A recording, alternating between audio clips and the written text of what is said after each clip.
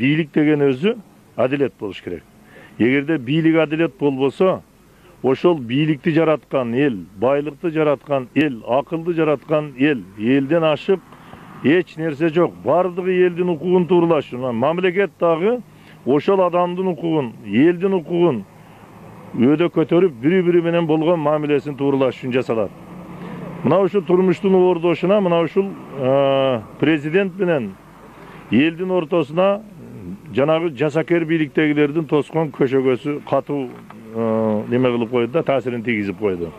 Биз 5 жылдын ичинде bir 20% байыдык.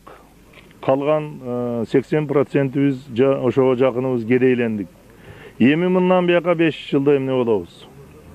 Гуманитардык жардамды сурап жаңжалдашып атабыз. А гуманитардык жардам дегенди биздин өзүбүздүн тилге которгондо бул садага. Илгери календерлерге дубанага берчү да. Азыр эми элдин баары ошону талашып калды, айласыз болуп калды. Турмуш оор болуп атат. Ошол турмуштун оордугун биз чыныгы оордукту көзүбүз менен, акылыбыз менен көрүп, бийликтеги чындык орномоюнча турмушубуз оңолбойт.